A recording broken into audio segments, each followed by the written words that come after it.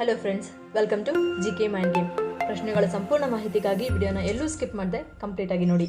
ಇವತ್ತಿನ ಪ್ರಶ್ನೆಗಳಲ್ಲಿ ಮೊದಲನೇ ಪ್ರಶ್ನೆ, BP ಸಮಸ್ಯೆ ಇರುವವರು ಯಾವ ಹಣ್ಣುಗಳನ್ನು ಸೇವಿಸುವುದರಿಂದ ಅವು ಔಷಧಿಗಳಂತೆ ಕೆಲಸ ಮಾಡುತ್ತವೆ? ಆಪ್ಷನ್ಸ್: ಎ ದಾಳಿಂಬೆ, ಬಿ ಸೀಬೆ, ಸಿ ಪರಂಗಿ, ಡಿ ಸೇಬು.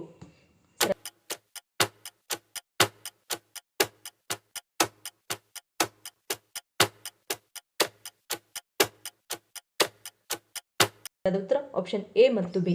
ದಾಳಿಂಬೆ ಹಣ್ಣಿನಲ್ಲಿ ಪೊಟ್ಯಾಷಿಯಂ ಅಂಶ ಯಥೇಚ್ಛವಾಗಿ ಕಂಡುಬರುವುದರ ಜೊತೆಗೆ ಪಾಲಿಫಿನಾಲ್ ಎಂಬ ಪ್ರಬಲ ಆಂಟಿ ಆಕ್ಸಿಡೆಂಟ್ ಅಂಶವೂ ಕೂಡ ಅಧಿಕ ಪ್ರಮಾಣದಲ್ಲಿ ಸಿಗುವುದರಿಂದ ಅಧಿಕ ರಕ್ತದೊತ್ತಡವನ್ನು ಅಚ್ಚುಕಟ್ಟಾಗಿ ನಿರ್ವಹಣೆ ಮಾಡಿ ರಕ್ತನಾಳದ ಮೇಲೆ ಬೀಳುವ ಒತ್ತಡವನ್ನು ನಿಯಂತ್ರಣ ಮಾಡುತ್ತದೆ. ಇದರಿಂದ ರಕ್ತ ಸಂಚಾರ ಸರಿಯಾಗಿ ನಡೆಯುವಂತೆ ನೋಡಿಕೊಂಡು ಹೃದಯಕ್ಕೆ ಸಮಸ್ಯೆ ಬರದೇ ಇರುವ ಹಾಗೆ ನೋಡಿಕೊಳ್ಳುತ್ತದೆ. BP ಸಮಸ್ಯೆ ಇರುವವರು ಪ್ರತಿದಿನ ಸೀಬೆಹಣ್ಣು ತಿನ್ನುವ ಅಭ್ಯಾಸ ಮಾಡುವುದರಿಂದ ಹೃದಯ ರಕ್ತನಾಳದ ಕಾಯಿಲೆಗಳು, ಪಾರ್ಶ್ವವಾಯು ಹಾಗೂ ಅಧಿಕ ರಕ್ತದೊತ್ತಡದ ಸಮಸ್ಯೆ ನಿವಾರಣೆಯಾಗುತ್ತದೆ. ಎರಡನೇ ಪ್ರಶ್ನೆ, ಮಗುವಿಗೆ ಎಷ್ಟನೇ ವಯಸ್ಸಿನವರೆಗೂ ಸಕ್ಕರೆಯನ್ನು ಕೊಡಬಾರದು? ಆಪ್ಷನ್ಸ್: ಎ 8 ತಿಂಗಳು, ಬಿ 12 ತಿಂಗಳು, ಸಿ 1.5 ವರ್ಷ, ಡಿ 2 ವರ್ಷ.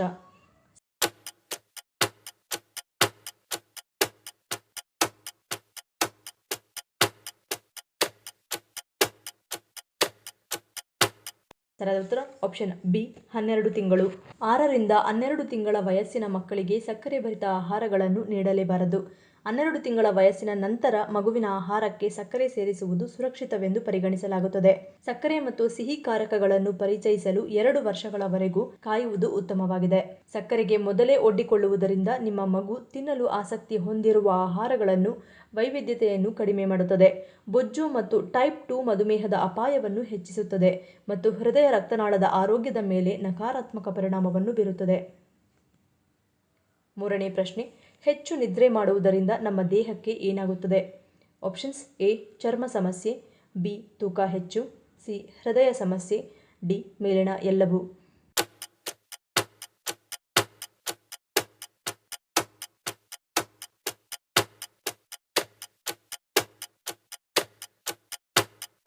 ಸರಿಯಾದ ಉತ್ತರ ಆಪ್ಷನ್ ಡಿ ಮೇಲಿನ ಎಲ್ಲವೂ. ಅತಿಯಾದ ನಿದ್ರೆ ಅಂದರೆ ದಿನಕ್ಕೆ 9 ರಿಂದ 10 ಗಂಟೆಗಳಿಗಿಂತ ಹೆಚ್ಚು ನಿದ್ರೆ ಕಣ್ಣಿನ ಕೆಳಗಿನ ಭಾಗದಲ್ಲಿ ಡಾರ್ಕ್ ಸರ್ಕಲ್ ಉಂಟು ಮಾಡುತ್ತದೆ.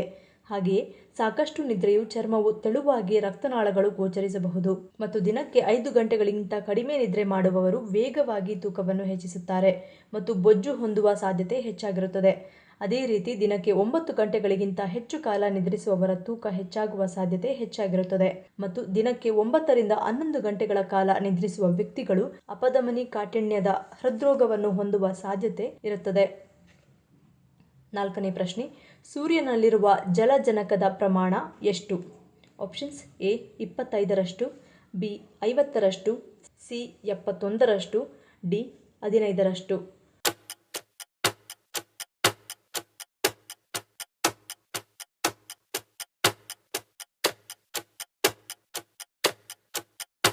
ಸರಿಯಾದ ಉತ್ತರ ಆಪ್ಷನ್ ಸಿ 71ರಷ್ಟು.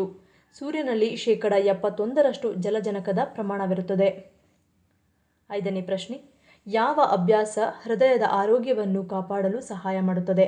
ಆಪ್ಷನ್ಸ್: ಎ ನಿರಂತರ ವ್ಯಾಯಾಮ, ಬಿ ಸಮತೋಲಿತ ಆಹಾರ, ಸಿ ಒತ್ತಡ ನಿರ್ವಹಣೆ, ಡಿ ಆರೋಗ್ಯಕರ ನಿದ್ದೆ.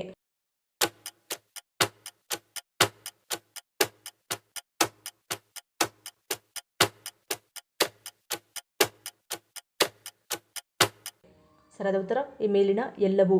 ದೈಹಿಕ ಚಟುವಟಿಕೆಗಳಿಗೆ ಒತ್ತು ನೀಡಿ ನಿತ್ಯ ವ್ಯಾಯಾಮ ಮಾಡಿ ಬ್ರಿಸ್ಕ್ ವಾಕ್, ಸೈಕ್ಲಿಂಗ್, ಈಜಿನಂತಹ ಚಟುವಟಿಕೆಗಳು ಹೃದಯದ ಆರೋಗ್ಯವನ್ನು ಕಾಪಾಡಿಕೊಳ್ಳಲು, ರಕ್ತ ಪರಿಚಲನೆಯನ್ನು ಉತ್ತಮವಾಗಿಸಲು ಸಹಾಯ ಮಾಡುತ್ತವೆ.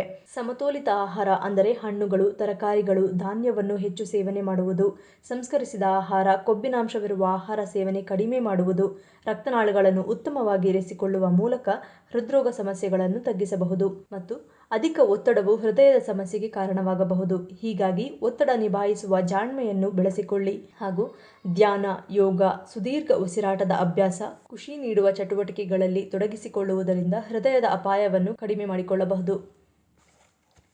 ಆರನೇ ಪ್ರಶ್ನೆ, ಯಾವ ಅಭ್ಯಾಸಗಳು ಆಂಕ್ಸೈಟಿಯನ್ನು ಹೆಚ್ಚು ಮಾಡುತ್ತವೆ? ಆಪ್ಷನ್ಸ್: ಎ ಕೆಫೆನ್ ಸೇವನೆ, ಬಿ ಕಡಿಮೆ ನಿದ್ರೆ, ಸಿ ಒಂಟಿತನ, ಡಿ ಮೇಲಿನ ಎಲ್ಲವೂ.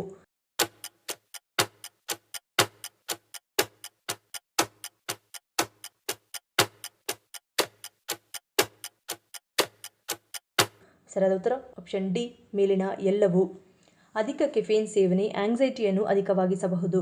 ವಿಶ್ರಾಂತಿ ಇಲ್ಲದಿರುವುದು ನಿದ್ದೆಗೆ ತೊಂದರೆ, ನಡುಗುವಿಕೆ, ಅಧಿಕವಾದ ಹಿಂಜರಿಕೆ ಸೇರಿದಂತೆ ಹಲವು ಸಮಸ್ಯೆಗಳ ಸೃಷ್ಟಿಗೂ ಕಾರಣವಾಗಬಹುದು. ಪ್ರತಿಯೊಬ್ಬರಿಗೂ ನಿದ್ದೆ ಬಹಳ ಮುಖ್ಯ. ನಿದ್ದೆ ಕಡಿಮೆಯಾದರೆ ಅದು ಸಹಜವಾಗಿಯೇ ಮಾನಸಿಕ ಆರೋಗ್ಯದ ಮೇಲೆ ಪ್ರಭಾವ ಬೀರುತ್ತದೆ. ಇದು ಆಂಗ್ಸೈಟಿಯ ಚಿಹ್ನೆಗಳನ್ನು ಅಧಿಕವಾಗಿಸಬಹುದು, ಕ್ರಮೇಣ ಅಧಿಕ ಒತ್ತಡಕ್ಕೆ ಕಾರಣವಾಗಬಹುದು ಮತ್ತು ಸಾಮಾಜಿಕ ಸಂಬಂಧಗಳಿಂದ ದೂರ ಉಳಿಯುವುದು, ಒಂಟಿಯಾಗಿ ಇರುವುದು, ಅರ್ಥಪೂರ್ಣ ಸಂಬಂಧ ಬಾಂಧವ್ಯದ ಕೊರತೆಯು ಆಂಗ್ಸೈಟಿಯಂತಹ ಮಾನಸಿಕ ಸಮಸ್ಯೆಗೆ ಕಾರಣವಾಗಬಹುದು. ಹೀಗಾಗಿ ಸಾಧ್ಯವಾದಷ್ಟು ನಿಮ್ಮ ಪ್ರೀತಿ ಪಾತ್ರರೊಂದಿಗೆ ಕಳೆಯುವುದಕ್ಕೆ ಪ್ರಯತ್ನಿಸಿ. 7ನೇ ಪ್ರಶ್ನೆ, ಪುದೀನಾ ಟೀ ಕುಡಿಯುವುದರಿಂದ ಯಾವ ಸಮಸ್ಯೆ ನಿವಾರಣೆಯಾಗುತ್ತದೆ? ಆಪ್ಷನ್ಸ್: ಎ ಸ್ನಾಯು, ಬಿ ತಲೆನೋವು ನಿವಾರಣೆ, ಸಿ ಅಸ್ತಮಾ, ಡಿ ಕೆಮ್ಮು.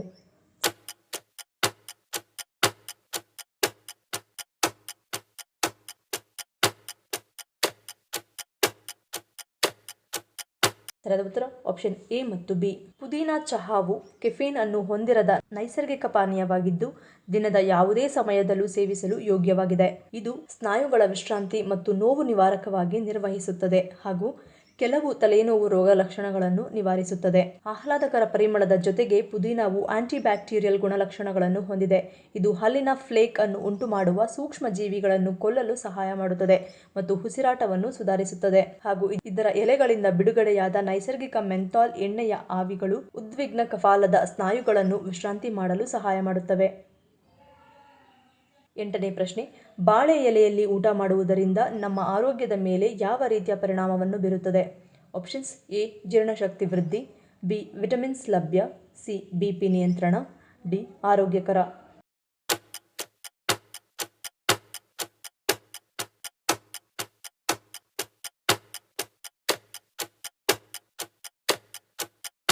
ಸರಿಯಾದ ಉತ್ತರ ಆಪ್ಷನ್ ಎ ಮತ್ತು ಬಿ. ಬಾಳೆ ಎಲೆಯಲ್ಲಿ ವಿಟಮಿನ್ ಸಿ, ಎ ಹಾಗೂ ಆಂಟಿ ಆಕ್ಸಿಡೆಂಟ್ಗಳಿವೆ. ಹೀಗಾಗಿ ಈ ಎಲೆಯಲ್ಲಿ ಊಟ ಮಾಡುವುದರಿಂದ ಈ ಒಳ್ಳೆಯ ಅಂಶಗಳು ಊಟದೊಂದಿಗೆ ಸೇರುವ ಮೂಲಕ ಆಹಾರವನ್ನು ಇನ್ನೂ ಉತ್ತಮವಾಗಿಸುತ್ತದೆ. ಈ ಎಲೆಗಳು ಪಾಲಿಫೆನಾಲ್ಗಳಿಂದ ಸಮೃದ್ಧವಾಗಿದ್ದು ಈ ಅಂಶ ಗ್ರೀನ್ ಟೀ ಹಾಗೂ ಇತರ ಹಸಿರು ಎಲೆ ತರಕಾರಿಗಳಲ್ಲಿ ಕಂಡುಬರುತ್ತದೆ. ಅಂತಹ ಉತ್ಕರ್ಷಣ ನಿರೋಧಕಗಳು ವಯಸ್ಸಾಗುವಿಕೆ, ಹಲವು ಆರೋಗ್ಯ ಸಮಸ್ಯೆಗಳನ್ನು ತಡೆಯಲು ಸಹಾಯ ಮಾಡುತ್ತದೆ. ಈ ಎಲೆಗಳು ಮೇಣದಂತಹ ಹೊರಭಾಗವನ್ನು ಹೊಂದಿದ್ದು ಧೂಳು ಆಳವಾಗಿ ಹಿಡಿದುಕೊಳ್ಳುವುದಿಲ್ಲ. ಹೀಗಾಗಿ ಇವುಗಳನ್ನು ಸ್ವಚ್ಛಗೊಳಿಸುವುದು ಸುಲಭ. ಹೀಗಾಗಿ ಈ ಎಲೆಯನ್ನು ತೊಳೆದು ಆಹಾರ ಸೇವಿಸಲು ಬಳಸಬಹುದು. ಹಾಗೆಯೇ ಬಾಳೆಯ ಎಲೆಗಳು ನಿಮ್ಮ ಆಹಾರವನ್ನು ಕ್ರಿಮಿ ಸೂಕ್ಷ್ಮಜೀವಿಗಳಿಂದ ರಕ್ಷಣೆ ನೀಡುತ್ತದೆ. ಅವುಗಳನ್ನು ಹತ್ತಿರಕ್ಕೂ ಸುಳಿಯದಂತೆ ನೋಡಿಕೊಳ್ಳುತ್ತದೆ. 9ನೇ ಪ್ರಶ್ನೆ, ಮಕ್ಕಳಿಗೆ ಓದಿದ್ದು ನೆನಪಿನಲ್ಲಿರಲು ಮತ್ತು ಏಕಾಗ್ರತೆಯನ್ನು ಹೆಚ್ಚಿಸಲು ಯಾವುದನ್ನು ಸೇವಿಸಬೇಕು? Options: A Badami, B dark chocolate, C ವೀಳ್ಯದೆಲೆ, ಡಿ ಹಾಲು.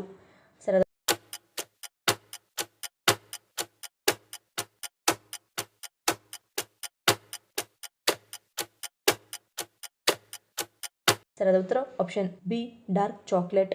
ನಿಯಮಿತವಾಗಿ ಮಕ್ಕಳಿಗೆ ಡಾರ್ಕ್ ಚಾಕ್ಲೇಟ್ ಅನ್ನು ಕೊಡುವುದರಿಂದ ಮಕ್ಕಳಿಗೂ ಮಾನಸಿಕ ಒತ್ತಡವಿರುತ್ತದೆ. ಪ್ರತಿದಿನವೂ ಅವರು ಕಲಿಯುತ್ತಿರುತ್ತಾರೆ. ಇನ್ನು ಶಾಲೆಗೆ ಹೋಗುವಾಗ ಅವರ ಮೇಲೆ ಕಲಿಕೆಯ ಒತ್ತಡ ಇರುತ್ತದೆ. ಚಾಕ್ಲೇಟ್ ತಿನ್ನಲು ಕೊಟ್ಟಾಗ ಮಕ್ಕಳಿಗೆ ತುಂಬಾನೇ ಖುಷಿಯಾಗುವುದು, ಅವರ ಮಾನಸಿಕ ಕೂಡ ಕಡಿಮೆಯಾಗುವುದು. ಇದರಿಂದ ಅವರ ದೇಹದಲ್ಲಿ ಎಂಡೋರ್ಫಿನ್ ಹಾರ್ಮೋನ್ ಬಿಡುಗಡೆಯಾಗುತ್ತದೆ. ನೀವು ಚಾಕ್ಲೇಟ್ ನೀಡಿದಾಗ ಅವರು ಅದನ್ನು ಲೆಕ್ಕ ಮಾಡಲು ಕಲಿಯುತ್ತಾರೆ. ಅಲ್ಲದೆ ಚಾಕ್ಲೇಟ್ನಲ್ಲಿ ಫ್ಲೆವೋನಾಯ್ಡ್ಸ್ ಅಂಶವಿರುತ್ತದೆ. ಅದು ಅವರಲ್ಲಿ ಲೆಕ್ಕದ ಜ್ಞಾನ ಹೆಚ್ಚಿಸುತ್ತದೆ. ಅಲ್ಲದೆ ಮಕ್ಕಳಲ್ಲಿ ಸುಸ್ತು ಕಡಿಮೆ ಮಾಡಲು ಸಹಾಯ ಮಾಡುತ್ತದೆ ಮತ್ತು ಪರೀಕ್ಷೆಗಳಂತಹ ಒತ್ತಡದ ಸಮಯದಲ್ಲಿ ಒತ್ತಡವನ್ನು ನಿವಾರಿಸಿ ಓದಿದ್ದು ನೆನಪಿನಲ್ಲಿರಲು ಸಹಾಯ ಮಾಡುತ್ತದೆ ಮತ್ತು ಓದಲು ಏಕಾಗ್ರತೆಯನ್ನು ಹೆಚ್ಚಿಸುತ್ತದೆ. 10ನೇ ಪ್ರಶ್ನೆ, ಬಿಸ್ಕತ್ತನ್ನು ಟೀಯಲ್ಲಿ ಅದ್ದಿ ತಿನ್ನುವುದರಿಂದ ಯಾವ ಸಮಸ್ಯೆ ಉಂಟಾಗುತ್ತದೆ? ಆಪ್ಷನ್ಸ್: ಎ ಹೊಟ್ಟೆ ಉಬ್ಬರಿಕೆ, ಬಿ ಶುಗರ್, ಸಿ ಹೃದಯಾಘಾತ, ಡಿ ಕರುಳು ಸೋಂಕು.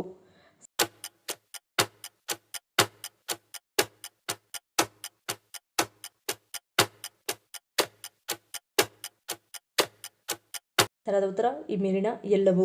ಬಿಸ್ಕತ್ತಿಗೆ ಬಳಸುವ ಹಿಟ್ಟು ಸಂಸ್ಕರಿಸಿದ ಗೋಧಿ ಹಿಟ್ಟು ಅಥವಾ ಮೈದಾ ಹಿಟ್ಟಾಗಿರುತ್ತದೆ. ಸಂಸ್ಕರಣಾ ಪ್ರಕ್ರಿಯೆಯಲ್ಲಿ ಗೋಧಿ ತನ್ನ ಫೈಬರ್ ಮತ್ತು ಪೋಷಕಾಂಶಗಳನ್ನು ಕಳೆದುಕೊಳ್ಳುತ್ತದೆ.